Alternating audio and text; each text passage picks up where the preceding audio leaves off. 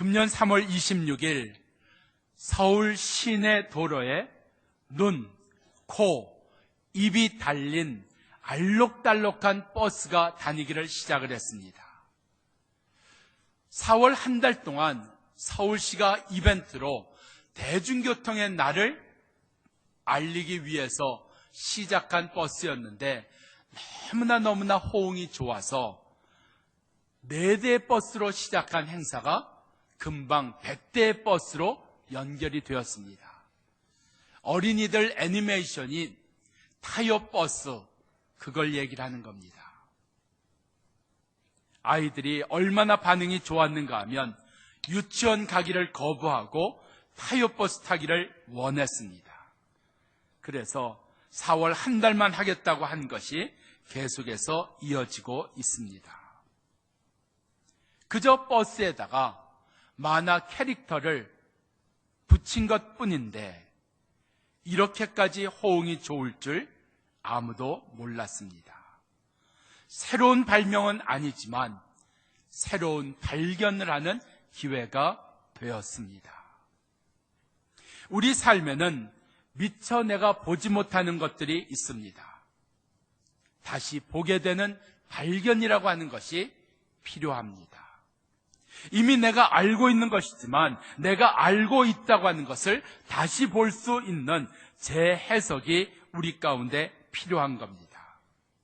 우리에게는 수많은 갈등과 아픔이 있습니다. 왜 이런 갈등과 아픔이 우리 가운데 계속되는 것일까? 나의 삶을 언제나 같은 방향에서 보기 때문에, 같은 방식으로 생각하기 때문에, 한 방향에서만 생각하기 때문에 우리의 갈등과 아픔은 끊어지지 아니하고 계속해서 이어져 오는 것 같습니다. 다른 방향으로 생각해 볼 수 있는데, 다르게 볼 수 있는데 다시 한번 삶을 재해석할 필요가 있다는 것을 우리에게 가르쳐주고 있습니다. 가요계에는요, 이미 은퇴해버린 가수들이 있습니다. 신화라든지 G.O.D라든지 플라이 투 더 스카이라고 하는 1990년대를 주름 잡았다고 하는 그 가수들이 요즘 다시 컴백하고 있습니다. 과거에 스타라고 하는 데서부터 1990년대 그런 감성들을 현대적으로 재해석해서 우리 앞에 나타난 그룹들입니다. 그리고 의외로 많은 반응들을 얻고 있습니다. 삶에 재해석하는 그 한가운데 고난이라는 게 있습니다. 내가 왜 이런 일을 당해야 되는지, 내가 왜 이런 말을 들어야 되는지, 내가 왜 이런 사람을 만나야 되는지, 어쩌다 내가 이렇게 살게 되었는지, 삶의 재해석의 한가운데 바로 고난이 있습니다. 이 고난이 해석되지가 않아서 우리는 아픈 겁니다. 이 고난을 해석할 수가 없어서 우리는 이 고난이 상처가 되고 트라우마로 우리 속에 남게 됩니다. 오늘 주의 말씀을 통해서 우리 속에 분명히 있는 이 고난이 바로 해석이 되는 은혜가 우리 가운데 주어지기를 바랍니다. 6절 말씀입니다. 우리가 환난받는 것도 너희의 위로와 구원을 위하며 혹 위로받는 것도 너희의 위로를 위함이니 이 위로가 너희 속에 역사하여 우리가 받는 것 같은 고난을 너희도 견디게 하느니라. 우리가 환난받는 것, 바로 위로와 구원을 위함이라고 말씀하고 있습니다. 위로받는 것도 우리가 누군가를 위로하기 위해서 위로받는 일이라고 말씀하고 있습니다. 아주 비슷해 보입니다. 환난의 이유가 위로와 구함인지 아니면 환난의 목적이 위로와 구함인지, 이게 이유를 얘기를 하는 건지 이게 목적을 얘기를 하는 건지 헷갈릴 때가 있습니다. 우리 가운데 헷갈리면 안 되는 일들이 있습니다. 길 하나 잘못 들면 좁은 길 생명의 길을 가다가 넓은 길 멸망에 가는 길로 바뀌어질 수 있기 때문에 그렇습니다. 환난, 고난에는 이유가 아니라 목적이 있습니다. 오늘 여기 분명 이 환난 가운데 있는 목적을 두 가지로 이야기하고 있습니다. 위로와 고난, 위로와 구원을 위해서 우리 가운데 고난이 있다고 하는 것을 말씀하고 있습니다. 우리는 어려운 일을 만나고 생각지 않은 일을 만나고 고난을 만날 때마다 이유를 생각해 왔습니다. 도대체 왜 이런 일을 당해야 되나? 내가 왜 이런 일을 만나야 되나? 왜 이런 일이 일어났는가? 나에게 문제 있습니다. 나 부족한 것 있습니다. 나 실수한 것 있습니다. 나 연약한 것 있습니다. 그렇지만 나 연약한 것 때문에 이러한 일이 일어난 건 아니라는 겁니다. 나 부족하고 내가 실수해서 내가 문제가 있어서 이런 고난이 온 것은 아니라는 겁니다. 그걸 내가 용납할 수가 없는 겁니다. 나 문제 있다는 것까지는 받아들이겠어요. 나 부족한 것은 인정하겠어요. 그런데 내 부족한 것 때문에 내 문제 때문에 이런 고난이 왔다, 이런 아픔이 왔다, 그건 받아들이지 않습니다. 그럼 고난의 이유가 무엇이라는 겁니다. 바로 상대 때문에 그렇다는 겁니다. 그 사람 때문에 말입니다. 그 일 때문에 말입니다. 바로 그 인간 때문에 이런 어려움이, 이런 고난이 내게 주어졌다고 이야기하는 겁니다. 고난 앞에 우리는 다 피해자라고 생각을 합니다. 나는 당했다고 생각합니다. 나는 이런 고난의 피해자라고 여깁니다. 바로 그런 자리는 화가 날 수밖에 없는 자리입니다. 분노할 수밖에 없는 자리입니다. 밥이 먹히나요? 한숨만 나오는 자리입니다. 너무나 억울하고 분한 자리입니다. 아마 그런 고난, 그런 억울한 고난, 그런 아픈 고난을 당한 사람, 구약성경에 찾으라면 욥이 나옵니다. 그런데 의외로 말입니다. 신앙의 선배들을 찾아보면 그들에게는 우리가 생각하지 못한 공통점이 있는데, 그것은 그들에게는 예외 없이 다 고난이 있었다는 사실입니다. 그리고 그 고난은 너무나 억울한 고난이었고, 너무나 분한 고난이었고, 너무나 참을 수 없는 고난이었고, 너무나 아픈 고난이었다는 사실입니다. 욥, 하루아침에 집안이 멸망을 합니다. 자녀가 다 죽어버립니다. 재산이 다 없어집니다. 그리고 몸에 병이 생깁니다. 아내는 도망을 가버립니다. 도대체 내가 뭘 그렇게 잘못해서, 무슨 내가 그렇게 죄를 많이 지어서 하나님, 한 가지도 아니고 두 가지도 아닌 이런 모든 일에 이런 고난이 내게 주어져야 한다는 이야기입니까? 욥은 고난의 이유를 찾았습니다. 친구들이 와서 고난의 이유를 얘기를 합니다. 회개하라고요. 너에게 뭔가 문제가 있어서, 너가 먼저 잘못한 게 있어서, 큰 잘못이 있어서 이런 고난이 온 것이라고요. 그래서 고난의 이유가 찾아지던가요? 그래서 고난이 없어지던가요? 욥만 이런 억울한 고난이 있었나요? 요셉은 어땠나요? 그가 형들을 욕했습니까? 형들의 재산을 빼앗았습니까? 아니면 형들의 자리를 차지했습니까? 아니요. 요셉, 그는 이유도 없이 억울하고 분하게 형들에 의해서 알지 못하는 나라 애굽의 종으로 팔리는 신세가 되었습니다. 억울하게, 너무나 억울하게 감옥에 갇히는 일을 당합니다.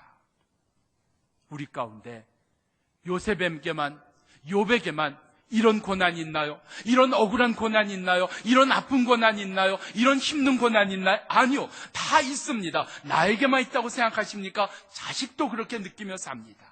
나만 그렇게 있다고 생각합니까? 아내도 그렇게 느끼고 삽니다. 우린 다 피해자입니다. 우린 다 억울한 고난을 받고 있는 사람들입니다. 너무나 분한 고난 속에 놓여있는 사람들입니다.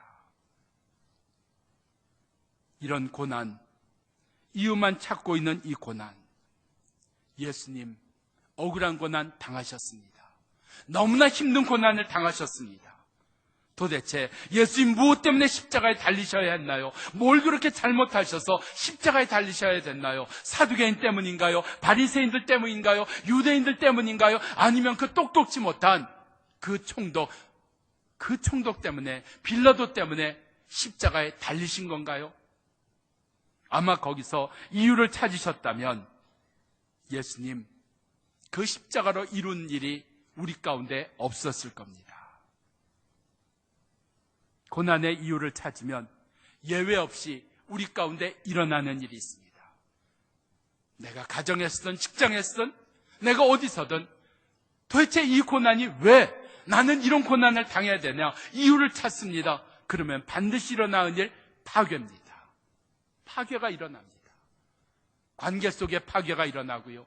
내 마음의 파괴가 일어나고요. 내 신앙의 파괴가 일어납니다. 신앙이 깨져버린다는 이야기입니다. 관계가 깨져버린다는 이야기입니다. 내게 주어진 은혜가 다 깨어진다는 얘기입니다. 이유를 찾기 시작하면요. 나를 피해자라고 생각하기 시작하면요. 자녀가 있는 가정치고 공부 때문에 고민 안 하는 가정이 거의 없을 겁니다. 공부, 자녀에게 묻습니다. 왜 공부를 이렇게 못하냐고요? 아니, 왜 공부를 안 하냐고요? 아이들에게 공부를 안 하는 이유를 묻습니다. 아이가 뭐라 그래요? 세계 평화를 위해서 공부를 안 한다 그래요? 자기의 장래를 위해서 안 한다 그래요? 아니요. 왜 공부를 안 하느냐 물으면 답은 분명합니다. 공부하기 싫어요. 그거 답입니다. 자, 이유를 아셨어요? 공부를 안 하는 이유가 공부하기가 싫은 거구나. 그래, 그러면 공부하지 마. 그러세요? 아니요. 이유가 드러난 자리에 파괴가 임하는 겁니다. 그때부터 따지는 겁니다. 공부 안 하면 뭐 하려고? 아니, 공부 안 하면 뭐 하려고? 그때부터 몰아치는 겁니다. 그때부터 신뢰가 깨지는 겁니다. 그때부터 마음이 어긋나는 겁니다. 물으셨잖아요. 왜 공부 안 하냐고요. 그래서 대답했잖아요. 공부하기 싫다고요. 그런데 그 이유가 드러나는 순간 모든 게 다 깨져버리기 시작하는 겁니다. 자녀의 교환, 부모와 자녀 사이에만 이런 일이 있습니까? 부부 사이에도 있습니다. 어떻게 당신이 나한테 이럴 수가 있어? 어떻게 당신이 나한테 그렇게 얘기할 수가 있어? 이유를 생각하고 이유를 찾으면 관계는 깨지는 겁니다. 파괴가 된다는 이야기입니다. 그래서 우리 속에 오늘 이유가 아니라 고난에는 목적이 있는 것을 우리에게 말씀하고 있습니다. 창세기 3장을 보면 하나님께서 아담에게 선악을 알게 하는 나무의 열매를 먹지 말라고 하셨습니다. 그런데 아담이 그것을 먹습니다. 그것을 먹고 난 다음에 하나님이 아담에게 물으십니다. 왜 먹었냐고요? 왜 먹었냐고. 아니, 이 동산에 있는 모든 나무의 열매를 먹을 수 있도록 내가 허락했는데, 아니 어찌 한 나무의 열매만 먹지 말라고 했는데 어떻게 그것을 먹을 수 있냐? 어떻게 그것을 먹을 수 있냐? 왜? 하나님 그렇게 질문 안 하십니다. 이유를 하나님 묻지 않으십니다. 하나님 3장 11절에서 이렇게 아담에게 물으십니다. 내가 너더러 먹지 말라고 명한 그 나무의 실과를 내가 먹었느냐? 대답은 뭐예요? 먹었잖아요. 아담이 하나님, 제가 어쩌다가 먹게 됐습니다. 그래야 되잖아요. 근데 아담이 이렇게 대답합니다. 12절. 아담이 가로되 하나님이 주셔서 나와 함께하게 하신 여자, 그 여자가 나로 그 나무의 실과를 내게 주므로 내가 먹었습니다. 무슨 얘기예요? 나 정말 먹고 싶지 않았는데, 난 먹을 마음 눈꼽만큼도 없었는데 하나님이 나한테 주신 그 여자가 먹으라고 괜찮다고 해서 내가 할 수 없이 먹었습니다. 그 얘기입니다. 자, 이 얘기 들은 여자 옆에서 뭐라 그랬겠어요? 저거 인간 맞아? 저거 내 남편 맞아? 아니, 내가 줬다고 하자. 그렇다고 지금 하나님 앞에 내가 줬다고 일러? 기가 막혔을 거예요. 나 안 해. 나 너하고 안 살아. 떠났을 거예요. 왜요? 왜 이런 파괴가 일어났나요? 고난이 온다고 다 파괴가 일어나지 않습니다. 억울한 고난이 온다고, 아픈 고난이 온다고 다 깨지는 거 아닙니다. 이유를 찾으면 깨집니다. 지금 아담이 얘기한 게 뭐예요? 이유를 설명한 겁니다. 내가 왜 먹었는지 이유를 얘기를 한 거예요. 하나님, 정말 안 먹으려고 했는데 이 여자가 먹으라고 해서, 그것도 하나님이 지으신 여자가 먹으라고 해서 내가 먹었을 뿐이, 이유를 설명했어요. 부부관계가 왜 어려워집니까? 부모 자식이 왜 어려워집니까? 이유를 찾잖아요. 이유를 묻잖아요. 이유를 들으면 깨지는 겁니다.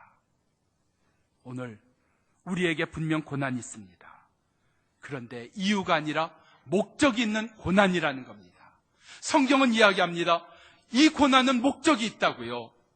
위로와 구원을 위해서 이 고난이 주어졌다고요. 에베소서 2장 16절, 예수님이 십자가에 달리신 이 십자가의 고난의 이유를 이렇게 이야기합니다. 십자가로 이 둘을 한 몸으로 만드사 하나님과 화목하게 하심이라. 원수된 것을 십자가로 소멸하려 하심이라. 십자가의 고난에 목적이 있습니다. 둘로 나누어진 것을 하나로 만드시려는 것이 십자가의 목적입니다. 원수된 것을 소멸하시는 것이 십자가 고난의 목적이라는 얘기입니다. 그것 때문에 우리가 위로가 되는 겁니다. 나누어져 보세요. 처음에는 밉지요. 그렇지만 얼마나 불편해요. 아들 따로, 나 따로, 딸 따로, 나 따로, 아내 따로, 나 따로, 부모 따로, 나 따로. 그게 얼마나 힘들어요. 이렇게 둘로 나누어진 것을 예수님의 십자가로 우리로 하나 되게 만드셨다는 겁니다. 이게 위로가 되는 거예요. 나는 미워했지만, 나는 싫어했지만, 나는 거리를 두었지만 예수님의 십자가 때문에 이 나누어지고 불편한 이 둘이 하나가 되는 것, 우리 가운데 주께서 주시는 위로인 줄 믿습니다. 오늘 6절 마지막은 우리 가운데 이 고난을 목적 있는 고난으로 깨달아지면 이 고난을 통해서 나를 새롭게 하시는구나, 이 고난을 통해서 나를 고치시는구나, 이 고난을 통해서 나를 낮추시는구나, 이 고난을 통해서 하나님이 일하시는구나, 이 목적을 알면 오늘 6절 마지막에 우리가 받는 고난을 너희도 견디느니라. 너희도 견디느니라. 고난이 해석되는 자리가 바로 이겁니다. 고난에는 이유가 아니라 목적이 있어. 하나님의 역사가 있어. 오늘 그것 때문에 내가 고난을 견딜 수 있는 겁니다. 억울했던 나, 분해했던 나, 화를 냈던 나, 끝까지 가자 했던 나, 더 이상 안 보겠던 나. 그런데 오늘 우리 가운데 이 고난은 나를 낮추시며 나를 만지시는 하나님의 역사다. 이 고난은 나를 만나시는 하나님의 방법이다. 이 고난은 하나님께서 나에게 은혜 주시는 방법 중에 하나다. 그 하나님의 일을 이 고난 가운데 만날 때 더 이상 고난 가운데 분노하고, 고난 가운데 미워하고, 고난 가운데 아파하고, 고난 가운데 원망하는 자가 아니라 그 고난을 견디는 은혜가 우리 가운데 주어지는 줄 믿습니다. 9절입니다. 우리 마음에 사형 선고를 받은 줄 알았으니 이는 우리로 자기를 의뢰하지 말고 오직 죽은 자를 다시 살리시는 하나님만 의뢰하게 하심이라. 우리 마음에 사형 선고를 받은 줄 알았다 그랬어요. 가슴이 철렁했겠지요. 온몸에서 힘이 쫙 빠졌겠지요. 그런 고난이 주어진 겁니다. 가슴 철렁하는 고난 말입니다. 온몸에서 힘이 쫙 빠져나가는 고난 말입니다. 그런 고난이 주어졌는데 이 고난에 뭐가 있어요? 결과가 있다는 겁니다. 고난이 해석되는 자리 두 번째, 고난에는 결과가 있다. 어떤 결과가 있는 것인가? 9절에서 우리에게 두 가지로 얘기하고 있습니다. 먼저 이 고난을 통하여 자기를 의뢰하지 말고 오직 하나님만 의뢰하게 하심이라. 하나님 의지했습니다. 하나님 믿었습니다. 하나님 따랐습니다. 그런데 나도 의지하면서, 사람도 의지하면서, 세상도 의지하면서 하나님도 의지했습니다. 그런데 고난을 통해서 한쪽이 정리되어 버리는 겁니다. 사람도 의지하면서 하나님을 의지했던 내가, 가진 것을 의지하고 아는 것을 의지하면서 하나님을 따랐던 내가 이제는 하나님만 의지하게 되는, 오늘 고난을 통해서 우리 가운데 결과를 주시는 그 은혜가 고난 속에 있다는 겁니다. 또 하나가 9절 속에서 이야기합니다. 이 고난을 통해서 죽은 자를 다시 살리시는 하나님만 의뢰하게 하신다고 했습니다. 하나님 의지하기는 했는데 내 머릿속의 하나님, 상상 속의 하나님, 막연한 하나님, 능력의 하나님을 경험해보지 못했어요. 용서의 하나님을 경험해보지 못했어요. 사랑의 하나님을 경험해보지 못했어요. 그냥 배운 하나님, 말씀 속에 있는 하나님이지, 이 답답한 이 현실 속에 찾아와 주신 하나님, 나하고 함께 우시고 나하고 함께 기뻐하신 그 하나님, 하나님과 손을 잡고 뛰고 춤추며 좋아했던 그 자리, 하나님과 함께 그 품에 안겨서 울며 밤새웠던, 그게 우리 가운데 없단 말이에요. 그런데 고난을 통해서 하나님은 살아계신 하나님이십니다. 고난을 통해서 하나님은 정말 나를 아끼시는 분입니다. 고난을 통해서 하나님은 나를 살피신 하나님입니다. 나를 떠나지 아니하시는 분입니다. 나를 버리지 아니하시는 분입니다. 이 고난을 통해서 죽은 자를 다시 살리신 하나님, 능력의 하나님, 실제적인 하나님, 나의 아픔에 함께하신 하나님을 경험하는 역사가 고난 가운데 있는 줄 믿습니다. 오늘 그것을 이 고난을 통해서 우리로 깨닫게 하시는 겁니다. 알게 하시는 겁니다. 고난으로 하나님과의 관계가 달라집니다. 전에는 여전히 내가 중심이었습니다. 하나님 중심된 적도 있으셨지만 하나님만 중심은 아니셨습니다. 그런데 이제는 이 고난으로 하나님을 알기에 하나님께 맡기며 삽니다. 하나님이 일하시는 것이 있겠다 믿고 사는 겁니다. 지금은 힘들지만, 지금은 아프지만, 지금은 아무것도 보이지 않지만, 지금은 죽을 것 같지만 이 하나님께 맡기고 사는 고난으로 하나님을 경험하는 은혜가 우리 가운데 있기를 바랍니다. 사무엘상 16장 7절 이하를 보면 다윗 왕이 아들 압살롬의 반역으로 인해서 왕위에서 쫓겨나는 장면이 나옵니다. 기가 막힌 겁니다. 자기 부하가 반역을 일으켜도 기가 막힌 노릇인데 아들이 반역을 일으켰습니다. 아들이 아버지를 쫓아냅니다. 아들이 아버지를 죽이자고 달려듭니다. 다윗 왕 급해서 지금 허겁지겁 도망을 갑니다. 그렇게 도망가는 다윗을 보고, 다윗 왕을 보고 사울의 족속들, 사울 왕의 족속들이 놀리기 시작합니다. 이젠 힘 없는 것 안 겁니다. 이젠 별 볼 일 없는 인간이라는 게 드러난 겁니다. 마음껏 놀려댑니다. 성경은 그들이 저주했다 그랬어요. 돌까지 던졌다 그랬습니다. 사무엘상 16장 8절에 보면 시므이가 돌을 던지면서 그 사람들이 다윗 왕을 이렇게 모욕을 합니다. 그때 9절에 다윗의 부하인 아비새가 왕이여 내가 칼을 뽑아 저 시므이의 목을 치겠습니다. 다윗 왕이 너밖에 없다. 내가 나의 마음을 아는구나. 아니요. 10절 다윗이 그 상황에서 이렇게 얘기합니다. 다윗 왕이 가로되 아비새야 저가 저주하는 것은 여호와께서 저에게 다윗을 저주하라 하심이니 내가 어찌 그리하였느냐고 할 수 있겠느냐. 하나님이 저주하라고 시켰다는 겁니다. 11절 내 몸에서 난 아들도 나를 해치려 하거든 하물며 저 베냐민 사람이랴 여호와께서 저에게 명하신 것이니 저로 저주하게 버려두라. 아니 이렇게 아픈데, 이렇게 억울한데 내가 사울의 집에 대하여 뭘 그렇게 잘못해서 내가 이런 모욕을 받아야 되고 내가 이런 고난을 당해야 되고 이런 아픔을 당해야 된다는 이야기입니까? 그런데 다윗은 분명히 얘기합니다. 하나님께서 저로 저주하게 했다고요. 하나님께서 저에게 시키신 일이라고요. 그리고 12절에 이렇게 얘기합니다. 혹시 여호와께서 나의 원통함을 감찰하시리니 오늘날 그 저주 까닭에 선으로 내게 갚아 주시리라. 하나님을 신뢰하는 겁니다. 하나님만 신뢰하는 겁니다. 죽은 자를 다시 살리신 하나님의 능력을 믿는 겁니다.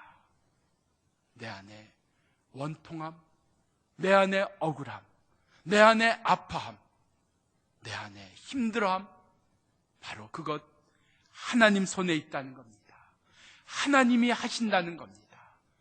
오늘 고난 앞에서 우리가 이 고난을 해석해야 될 두 번째, 이 고난에는 하나님이 만들어 가시는 일이 있다. 하나님이 이루시려고 하는 결과가 있다. 하나님이 바꾸시려고 하는 것이 있다. 이 고난이 해석되는 하나님의 사람 되기를 바랍니다. 10절입니다. 그가 이같이 큰 사망에서 우리를 건지셨고 또 건지시리라. 또한 이후에라도 건지시기를 그를 의지하여 바라노라.